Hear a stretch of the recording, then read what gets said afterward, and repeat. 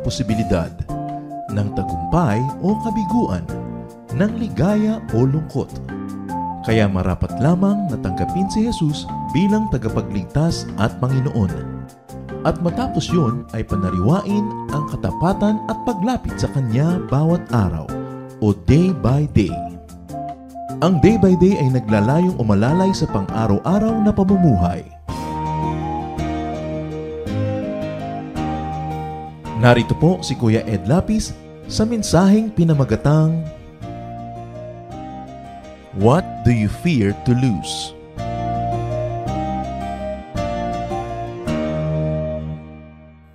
Mapalad ang isang bayan na ang Panginoong Hesus ang kanyang Diyos at tagapagligtas. Anuman ang kanyang daanan na mga pagsubok ay malalampasan.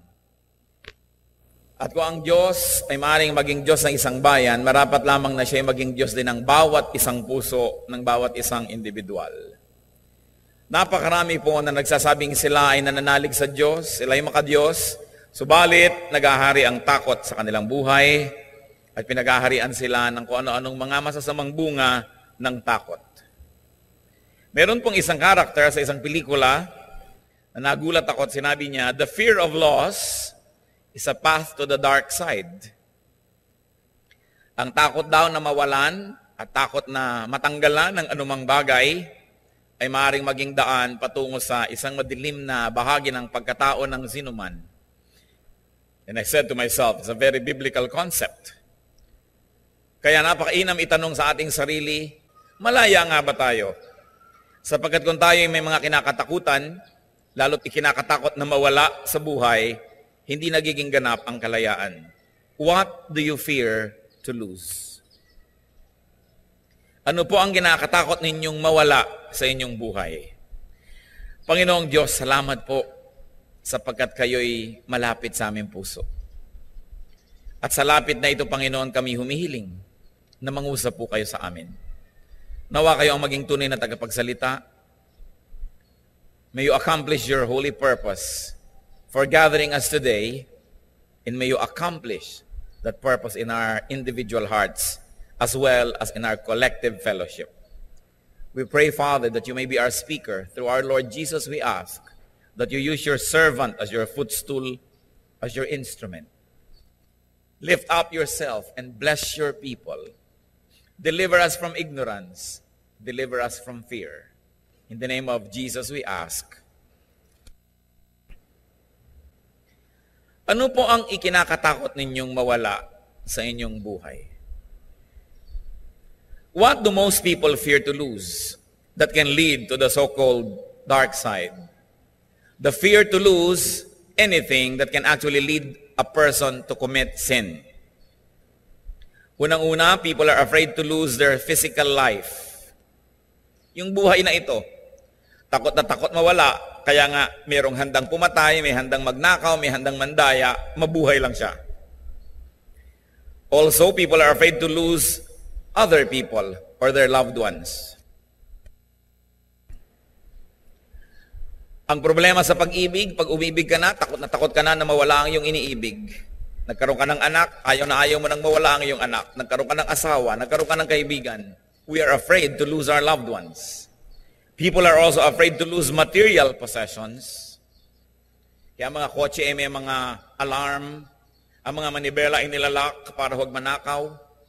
Ang bahay nilalagyan ng mga bakod, gate, alarm. Ang mga bag may lock.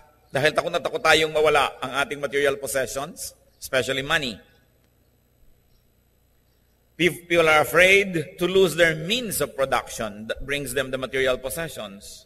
So people are afraid to lose their jobs, land or capital, influence or power that brings money or material things. People are afraid to lose power. That's why there are people who taste being powerful and never want to give it up no matter what. Pag nakatikim ng konting kapangyarihan ay nahihibang, nalalasing at nagiging addicted to power. That power may be physical, it may be financial or economic, it can be social and psychological power over other people, but people are afraid to lose power. Kaya kuminsan kahit sa politika may nagbabarila, nagpapatayan kasi ayaw nilang mawalan ng kapangyarihan. May mga nandadaya sapagkat gusto nilang manatiling may kapangyarihan. Merong mga gumagawa ng masama sapagkat ayaw nila na mawalan ng kapangyarihan. People can also be afraid to lose prestige. So they resort to lies, to cover up mistakes. They hire public relations people to make an image for themselves because they want to continue being prestigious and honorable and prominent, even though that may not be true. People are afraid to lose pleasure, especially providers, sources of, and tools for pleasure. Ayaw natin pag nakalasap na tayo ng konting sarap, ginhawa, na mawala pa yon kahit kailan. Pag nakatikim na ang tao ng air-conditioned room, ipaglalaban na talaga na lagi siyang merong air conditioner kahit hindi na niya makaya. Pag nakalasap na siya ng sarap, ng mga bisyo at layaw, handa nang ibenta ang kaluluwa, maituloy lang ang pagpapasarap. Also, people are afraid to lose their physical attractiveness, especially their youth or beauty. So kung napapansin nyo pa, puro P. But among others, marami pa namang iba that people don't want to lose. But people don't want to lose physical life, people, possessions, power, prestige, pleasure, and physical attractiveness. That's why people will go through all kinds of surgery, all kinds of procedures, just to look 30 when they're actually 70. Hanggang ang puso day makarating na sa pisngi, kapapataas ng balat. Pwede. Now, what do people do to prevent or stop such losses? Which is really the heart of the matter that we like to discuss. Among what we have said, there are still things that people would like to keep or they don't want to lose. But what people do to prevent or stop such losses can be very, very interesting. Because this, what the people do, can lead to the so-called dark side. First of all, people worry. The most fruitless endeavor that anyone can embark on is to worry. To worry about life, to worry about safety, to worry about aging, to worry about things. And then to toil. To toil endlessly and obsessively. To make and to gather more and more money, more and more possessions, so that they will be feeling more and more secure. Yan po ang ginagawa ng tao para maiwasan na mawala ang mga gusto niyang tag-ilikin at hawakan sa buong buhay. Mag-alala o kaya magtrabaho ng walang humpay. People become greedy. They become selfish, unkind, even oppressive to others.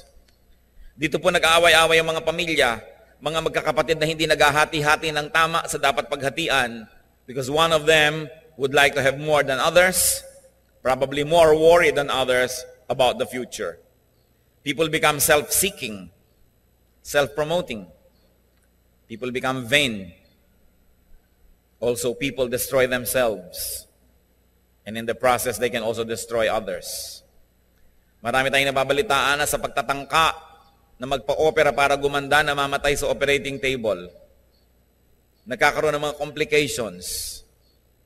Sa pagpapabanat ng muka, hindi na makabahing o makatawa kasi mapipilas ang muka. Nakakatawa sa biglang tingin, pero nakakaawan mo po yung nakaganon lang. Tawang-tawa na ako, tumigil ka.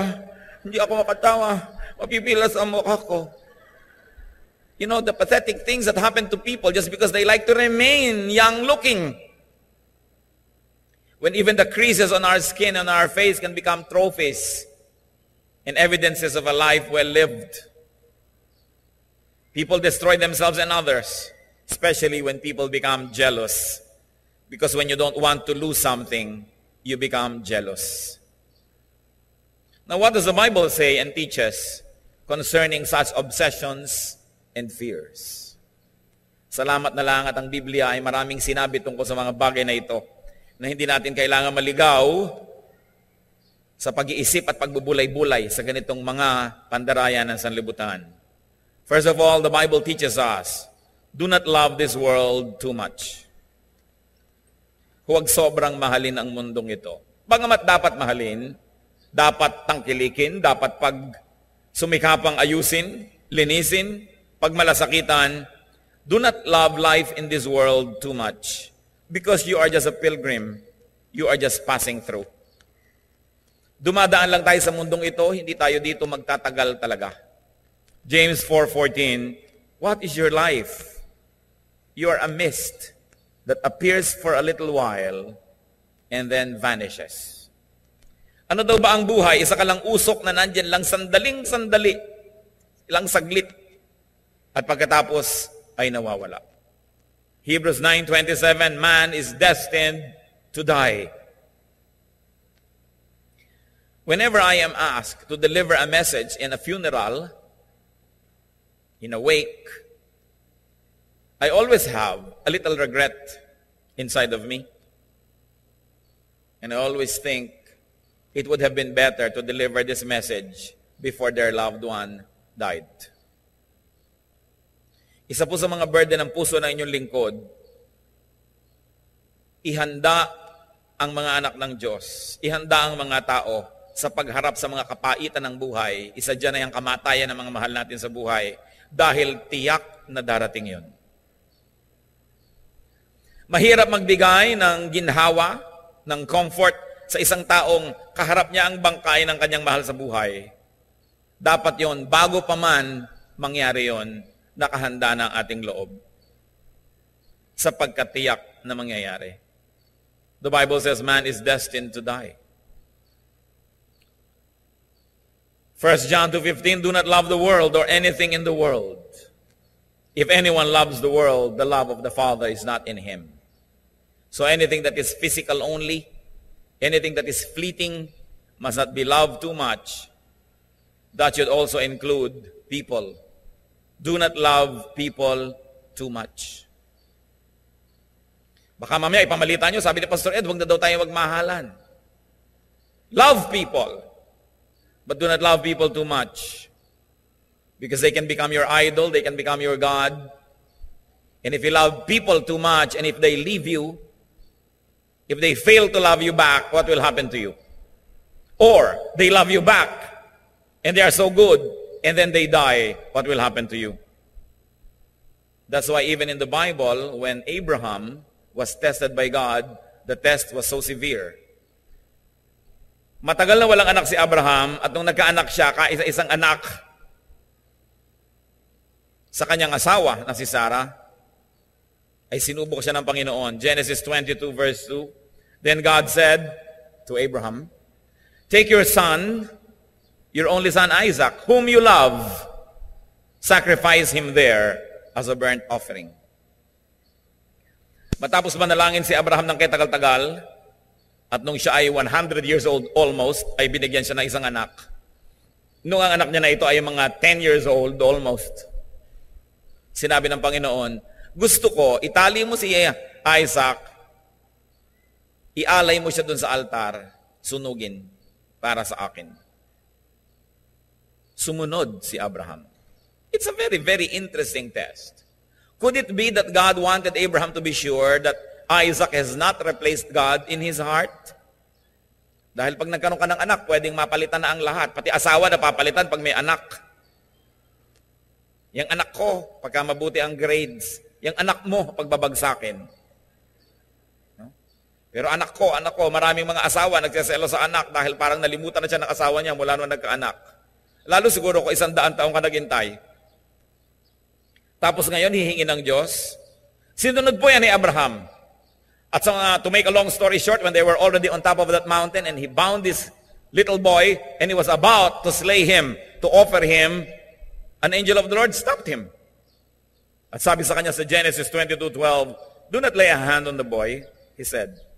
Do not do anything to him. Now I know that you fear God because you have not withheld from me your son, your only son. Gaano po karami sa atin ang babagsak sa ganitong uri ng pagsubok? Ipagpapalit ang Diyos, ipagpapalit ang pananalig dahil lang sa pag-ibig sa kapwa-tao. Kung minsan hindi pa nga anak, girlfriend pa lang, boyfriend, nahikayat na lumayo sa Diyos. Matthew 10:37, from the mouth of the Lord Jesus, anyone who loves his father or mother more than me is not worthy of me. Anyone who loves his son or daughter more than me is not worthy of me. As I have said before, I have had struggles about these ideas that God wants to be always number one. But the Lord, over time, made me realize that it is out of His goodness that He wants to be our first love. Because anything or anyone that we love can be the source of our pain and sorrow, especially when that anything or anyone is taken away. But because God is eternal and God does not leave us nor forsake us, and that God is never unfaithful, then God wants to be our first love, because when God is our first love, our heart is secure. Hindi pala pagiging makasarili niya yon. Para tayo mga magulang ngayon, kung pwede na lang na, anak, huwag ka nang umibig dyan kay bigote, tayo na lang na pamilya ang magmahalan, kasi parang nakikinikinit akong dudurugin niya ang iyong puso. Kaya pala gano'n ang magulang. Dahil gusto mo ipagtanggol lang yung anak mula sa mga hirap at sakit na maaring dalhin sa kanya ng pag-ibig sa kapwa-tao lamang.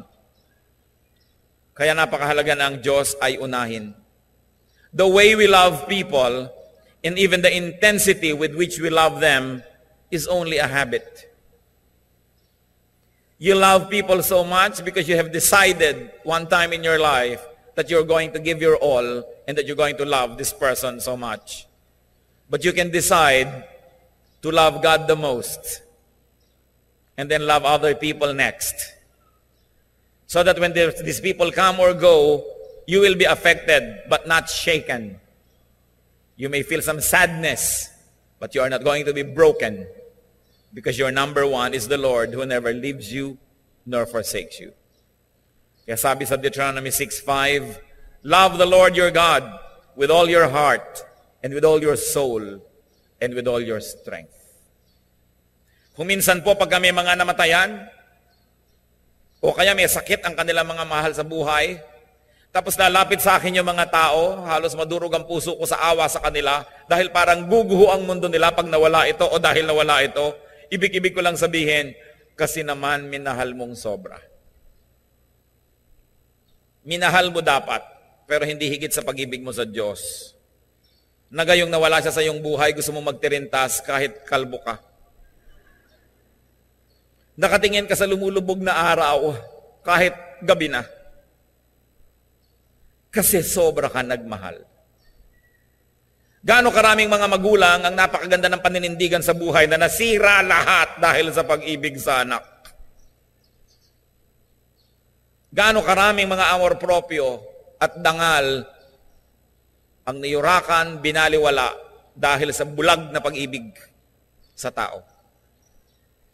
Gaano karaming tao ang nasasaktan, ninanakawan, pinapatay pa nga ng mga gustong magbigay sa mga mahal nila sa buhay.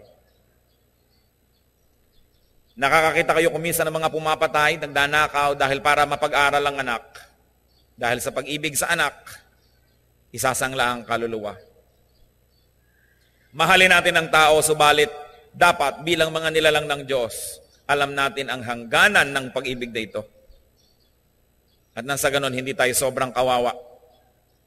We love people, but we must set boundaries and set limits so that our holiness, our righteousness, and dignity will not be compromised. Loving people too much. When you love God the most, you are secure. Sabi sa Joshua 1:5, I will never leave you nor forsake you. Another way to deal with such fears is do not be attached to material things. Do not be attached at all. When it comes to people, let's be attached, but not too much. But when it comes to things, do not be attached at all. Luke 12:15. Then he said to them, watch out, be on your guard against all kinds of greed. A man's life does not consist in the abundance of his possessions. If the Lord gives us nice possessions, nice, enjoy them. But if they are not there anymore, don't chase them. If they are there, salamat. Pagka wala, salamat din. 1 Timothy 6:9-10, people who want to get rich fall into temptation and a trap and into many foolish and harmful desires that plunge men into ruin and destruction. For the love of money is the root of all kinds of evil. Some people, eager for money, have wandered from the faith and pierced themselves with many griefs. Kung may pera tayo, salamat. Yuyuko ng kaunti, magtatrabaho para magkaroon yan, pero hindi tayo lumalampas sa mga hangganan na itinakda ng Diyos para lang magkaroon. Hindi tayo nakikipagsira sa ating mga kapatid. Hindi tayo nakikipag-away sa ating magulang. Hindi tayo nakikipag-away sa ating mga esposa at esposa dahil lang sa material things. Don't be attached at all. Practice detachment. Practice independence. When you love a certain pillow too much, try sleeping some nights using other pillows. Because you're going to be too used to that. And it will become your idol that you cannot go anywhere anymore without it. That's why it is important to go on retreats, to go on camps, so that we can go back to being Spartan, so we can declare independence from the comfortable things we get used to. Because if you begin to love the things that give you comfort, you will become their slave. Hindi dapat kasanayan. That's why it is important to learn to be contented. I never said, learn to be dreamless or goalless, but learn to be contented. When you do your best within what God allows, then enjoy the fruits of your effort. But never stoop too much, too low for anything. Philippians 4:11 and 13, Paul says, I have learned to be content whatever the circumstances. Why? Because I can do everything through Him who gives me strength. Ang lahat ay nagagawa sa tulong ng Diyos. Ang lahat ng kulang ay nalalampas at napupunan. Ang lahat ng hina ay napapalakas sapagkat may Diyos tayo sa ating puso. Another way that we can avoid being slaves of these things, do not seek and love power, especially power over people. History is replete with men and women who have had nearly absolute power. But how did they end their earthly lives? Sa kabila ng pagbubunyi, pagsunod, halos pagsamba ng mga tao sa kanila, anong uri ng wakas ang kanilang hinantungan? Kaya sabi sa 1 Peter 5:3, huwag tayong magnasa na maging Panginoon ng ating kapwa. Because power over other people corrupts. And as they say, well, power corrupts, absolute power corrupts absolutely. It's always good to have checks and balances. What happens to people when they can do nearly everything they want to do? They self-destruct. Look at how the Roman Empire destroyed itself because of its excesses. Look at how nearly all civilizations reach an apex of prominence and wealth only to self-destruct. Poverty can purify the soul more than wealth can do. That's why even the lack of many things can become a blessing. Look what happens to people without taste that have money. They can only afford bad taste. It's terrible. Kaya dapat po ay nakikita natin, ano nga ba ang kailangan ko sa buhay? Magi ang mga anghel na nagrebelyon, they were corrupted because they were beautiful. Even Lucifer was corrupted because he was brilliant. Power corrupts. Ezekiel 28:17, you corrupted your wisdom because of your splendor. Mahirap harapin ang karukhaan, subalit sa maraming tao, mga kapatid, mas mahirap harapin ang karangyaan. Maraming nakakaya na humarap sa hirap, pero maraming tao, hindi nila nakakaya na maging mayaman o makapangyarihan. Sila'y winawasak nito. Seek spiritual power to control oneself. to subdue oneself. Kung meron tayong kailangang supilin, hindi ibang tao, kundi ang sarili natin. Romans 7:18-19, I have the desire to do what is good, but I cannot carry it out. For what I do is not the good I want to do. No, the evil I do not want to do, this I keep on doing. And you think some criminal is speaking here, but this is Paul who was saying it. Sabi niya, gusto kong bumait, pero di ko magawa. Gusto kong gawin ang tama, pero ang nakikita kong nagagawa ko lagi, yung ayaw kong gawin na mali, yun ang nagagawa ko. Kaya kailangan natin supilin ang sarili. Romans 7:24-25, his conclusion, what a wretched man I am. Who will rescue me from this body of death? Thanks be to God through Jesus Christ our Lord. Because through Christ, we can be successful. We can overcome. Kaya sabi, I can do all things through Christ who gives me strength. And the gift, the fruit of the Holy Spirit, Galatians 5:23, among others, points to self-control. A person who can control himself by the grace of God is a person that can shape his destiny. Self-control is important. Kaya ang sabi ni Paul sa 1 Corinthians 9:27, I beat my body and make it my slave. Can you imagine making your body your slave? Pag sinabi mo sa body mo, hindi, masama yan, susunod siya. Itong gawin mong mabuti, susunod siya.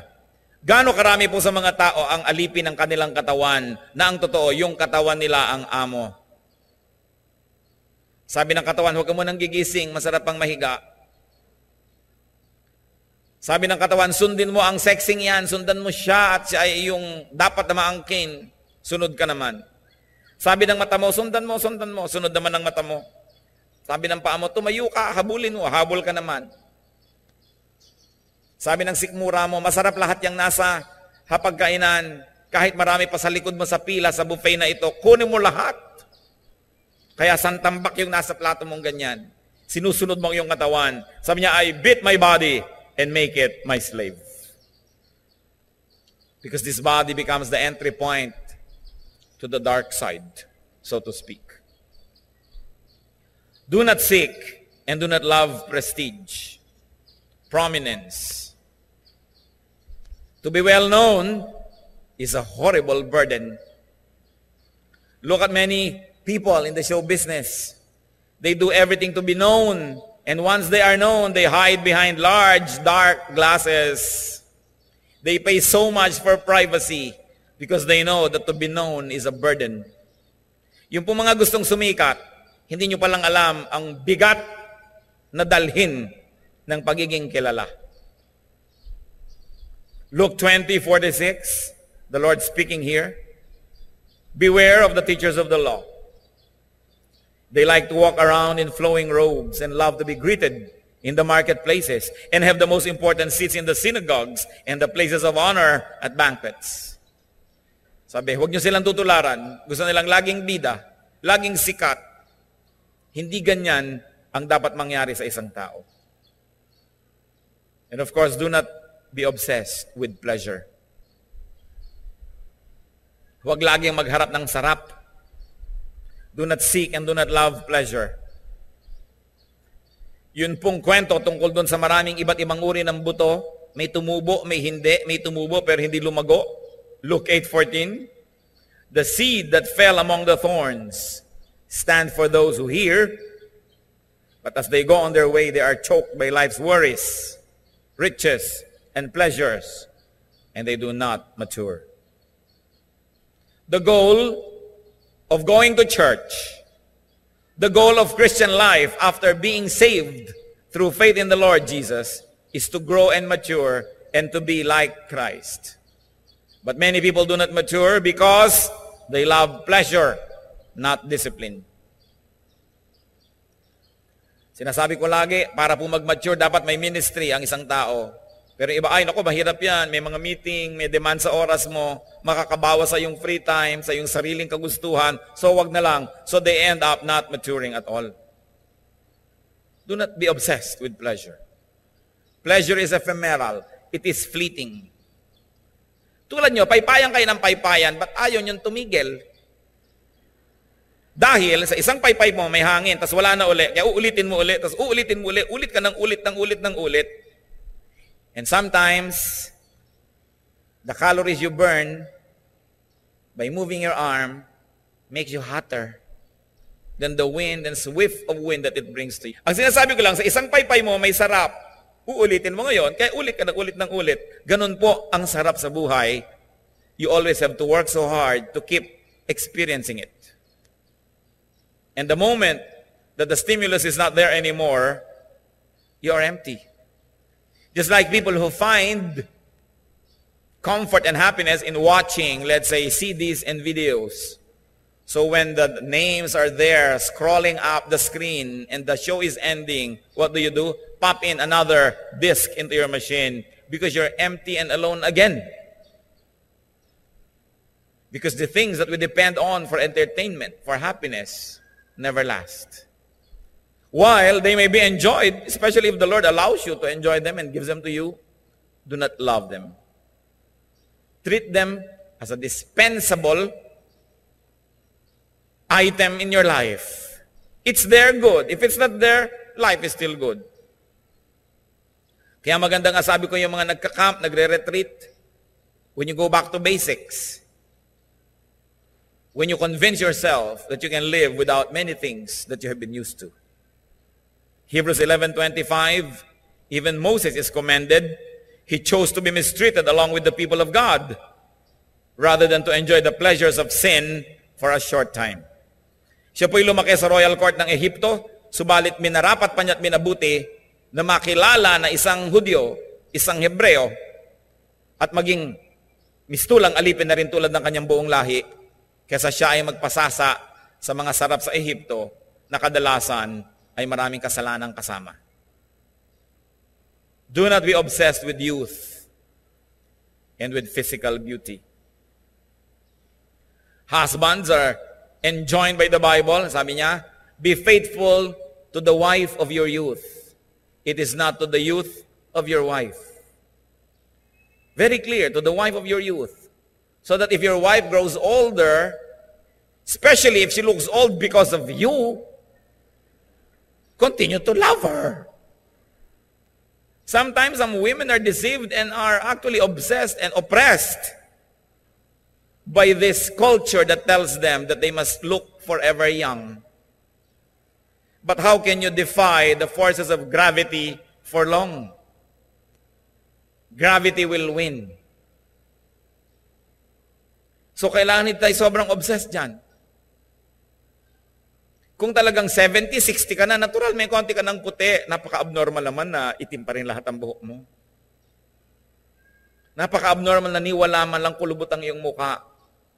But when you age, and when you look older, but that is backed up by wisdom, by so much love and services we have rendered to people and to God, our old age looks become a passport to glorifying God.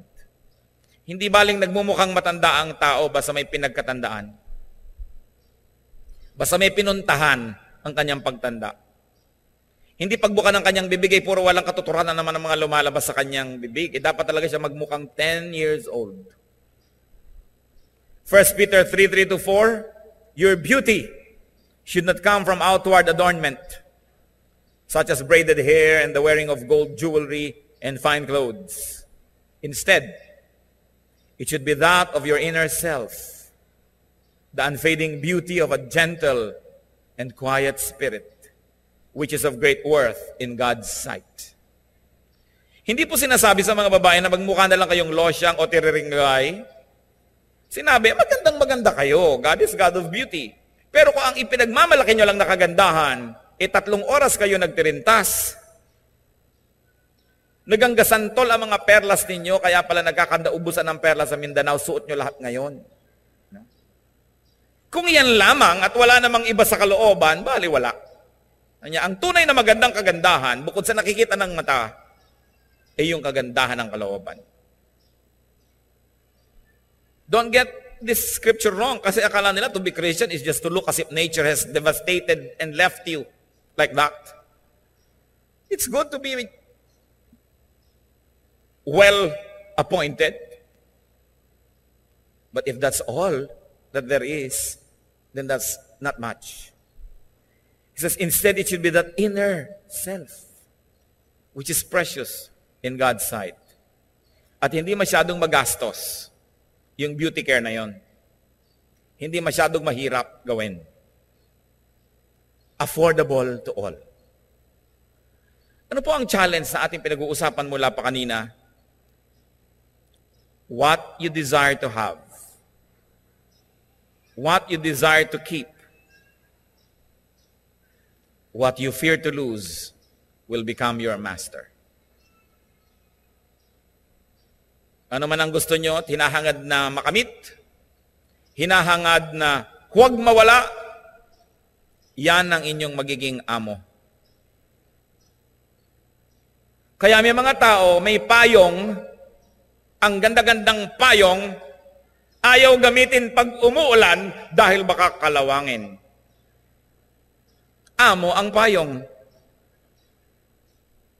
Ang ganda-ganda ng sapatos, huhubarin, maglalakad sa baha, di bali na makatungtong ng mga basag na bote, ng mga bakal na matatalim, huwag lang mabasa si sapatos.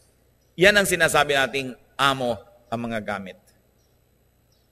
Bibili ng magagandang sofa, tatakpan ng kapote, at tapos uupo sa monoblock. Magpapagawa ng magandang kusina, ayaw gamitin at doon nandun sa dirty kitchen. Magkakaroon ng magagandang plato pagkatapos kumakain sa mga lata-lata at sa tansan. Kasi baka mabasag ang plato. Bibili ng magandang kama at pag nagusot ni Mister, pababangunin pa si Mister para ayusin ang nagusot, kaya sa iba na lang kama nahihiga. Sa kama ni Kumare na pwedeng magusot. Tayo po ba yung mga alipin ng mga bagay-bagay? Tatandaan po natin, hindi ko sinasabing maging bulag sa kayo. Pero pag meron tayong mahalagang bagay na ibigay ng Diyos, enjoy it. Pero kung nawala, after your best efforts to keep them, ituloy ang buhay. Life goes on. Something's lost and something's gained in everyday life. You cannot keep everything. You have to unload. Your hands must be free of all blessings so that they have space for new ones. May nawawala sa pang-araw-araw na buhay. Tulad ng mga dahon ng puno, kung ayaw nilang maglaglag ng lumang dahon, walang espasyo para magkaroon ng bago. There is constant renewal in life. You cannot hold on to things forever. They have to be left behind. Be free. Do not desire. Do not be attached. Kung meron, meron. Kung wala, wala. Your desire, your passion will make you possessive. Your desire will make you selfish. It will make you jealous. It will make you suspicious, worrisome, and afraid. Your fear of loss can lead you on the path to your dark side, to our sinful nature. James 4:2-3. You want something, but don't get it. You kill and covet, but you cannot have what you want. You quarrel and fight. You do not have because you do not ask God. When you ask, you do not receive because you ask with wrong motives, that you may spend what you get on your pleasures. So this is the reason why many people lack many things. Because they don't ask God. And even if they did ask God, they are asking with wrong motives, so God doesn't give to them. Be free from desire. Be free from attachment. and you will have no loss to fear. Gaano tayo magiging kalaya, mga kapatid, kung hindi tayo natatakot mawalan? Lalaya ka. Magsusuot ka ng magandang alahas, tapos sapo-sapo mo at yung may kasalubong ka dahil baka agawin. Magsuot ka na lang ng mga Tupperware, pwede na. Agawin man nila, hindi bale. Huwag lang yung lamang siniguelas. Magpapagawa ka ng kaya ganda-gandang bahay, tapos kayong mag-anak hindi na makalabas ng sabay-sabay dahil kailangan may magbantay parate. Why are you inventing a master? Why are you creating an amo in your life? Tsaka yung tao, bantay ka ng bantay. Mga misis, ayaw kayong uwiin, hayaan nyo. Uubos ka ng pera para sundan siya ng sundan, nasakyan mo na lahat ng taxi hanggang manawag pagkasidan, kasunod ka. Nawalan ka na ng asawa, nawalan ka pa ng personal na buhay. Bakit mo ba pinipilit sumiksik sa'yo yung ayaw? After you have done what you could, kung ayaw niya, you both lose, but he loses more. Do not be the satellite of anybody, even if this was your spouse. Lahat na ng mga gagawin mo, lumalakad ka ng paluhod para ka lang balikan. Sa palagay mo ba sa iyong pagmamakaawa na balikan ka, pag binalikan ka nga, igagalang ka pa? Binalikan ka nga pero alila ka na lang, lagi ka na lang sinisigaw-sigawan. Di wag na lang. Kasi sobrang ibinigay ang puso. Pastor, kasi po nahulog ang loob ko. Bakit ba nahulog ang loob mo? Araw-arawin po ba naman akong bigyan ng chiclet? Noong ikalimang araw, talagang love na love ko na siya. Ganda naman talaga yung pagpapaibig. Bibigyan ka lang ng chiclet ng 5 araw na sunod-sunod, in love ka na. Sa susunod, ibinibigay mo na sa kanya ang hikaw mo. Yang kasi sobrang emosyonal. Sobrang romantic. Kawawa. Hahabol-habol. Kailangan ng tao mayroong sariling kahulugan ng buhay niya, whether or not there are other people around. Do not build your world around one person, because if this person leaves you, your whole world will crumble. Do your marital duties. Be loving, be nice, be kind, but love God above all. Kawawa ang mga tao na ang number 1 sa buhay ay tao lamang. Kawawa. Hindi ko naman masabi yan doon sa mga humahagulgol sa harap ko. Ikaw kasi sobra ka naman na in love eh. Ay ang katuloy. Dahil hindi ka mauunawaan, akala kontrabida ka. Paano mahilig manood ng mga telenovelang puro pag-ibig? Mahilig magpatugtog ng mga love song na naman. Sobra tuloy na obsessed with romance. And then we are not able to develop our loving relationship with God. So be free from desire and detachment, and you will have no loss to fear. What is the answer to enslaving desire? Matthew 4, 8-11 gives us a glimpse into a possible answer.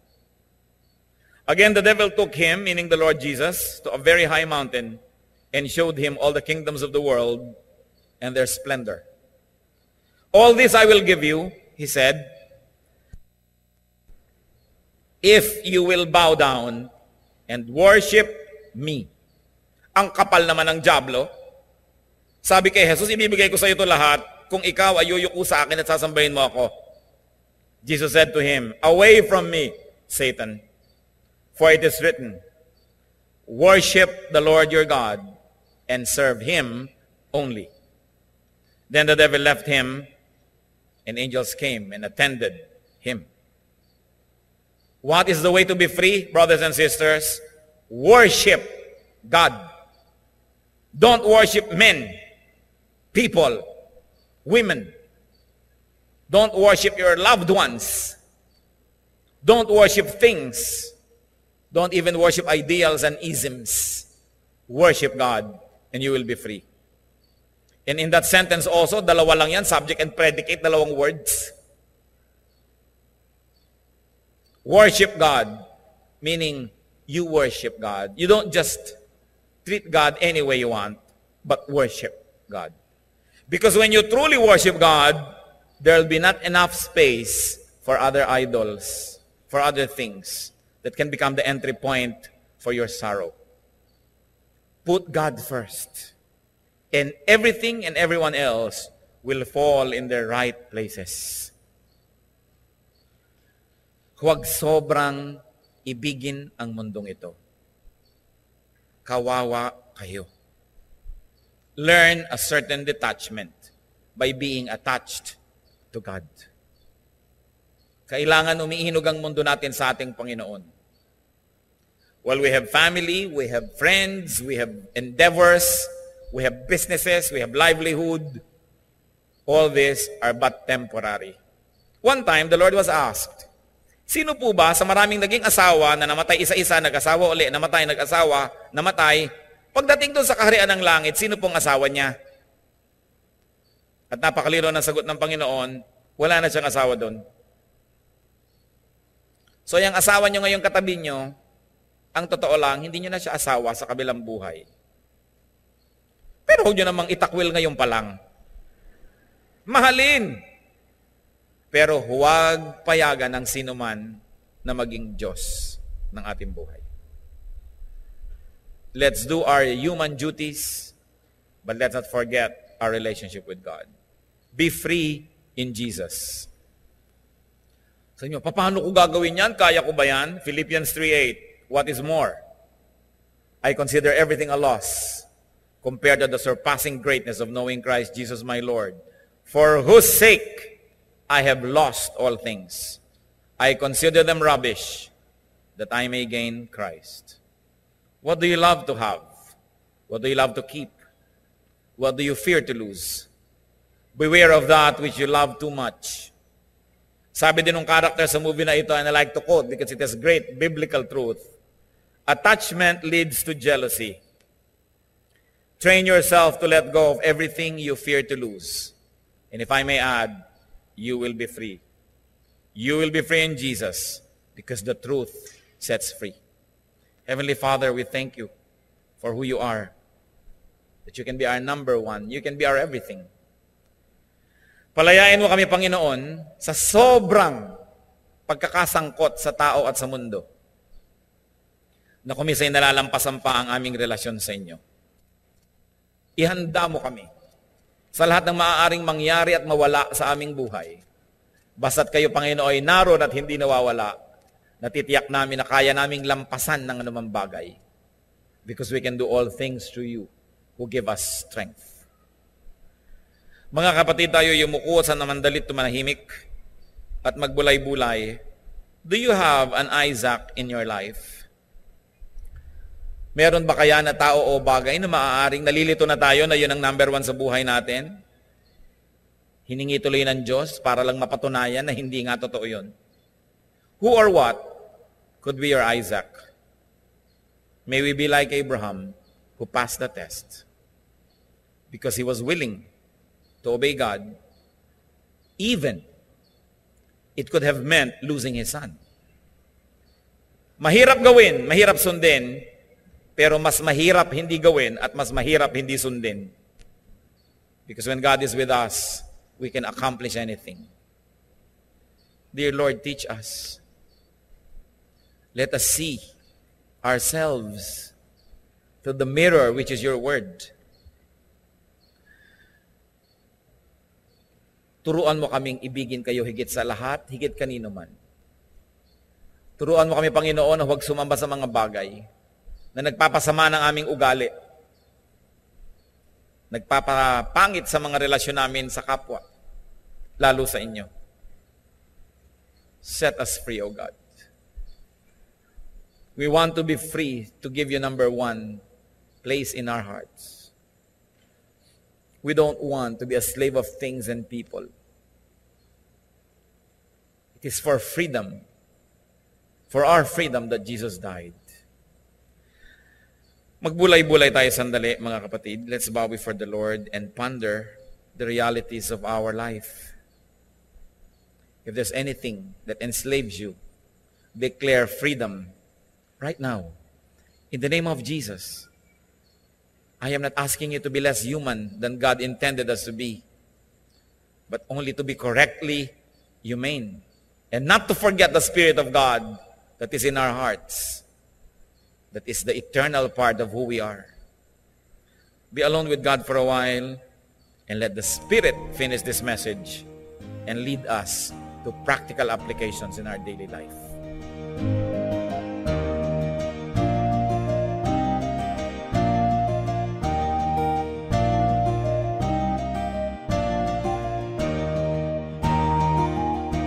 Ang katatapos pong mensahe ni Kuya Ed Lapiz ay pinamagatang,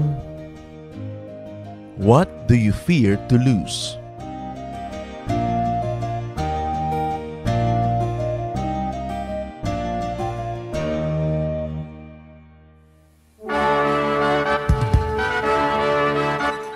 Halina't sama-samang sumamba at magdiwang sa Day by Day Jesus Celebration kasama si Kuya Ed Lapiz.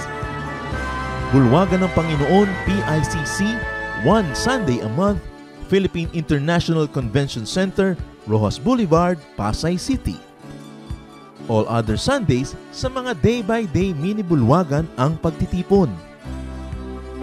Para sa buwan ng Setyembre, gaganapin ito sa September 1, 2024. 8 a.m. ang First Jesus Celebration, 10 a.m. naman ang Second Jesus Celebration. Para sa iba pang detalye, bisitahin ang ating official Facebook page, Day by Day Friends.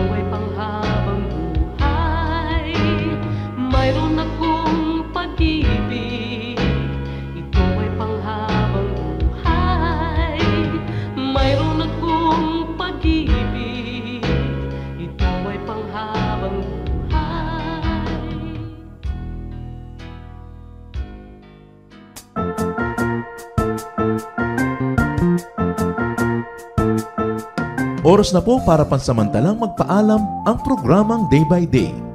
Tayo po'y magsama-sama tuwing ika-6 hanggang ika-7 ng umaga, araw-araw. Magandang umaga po at mabuhay ang Panginoong Hesus!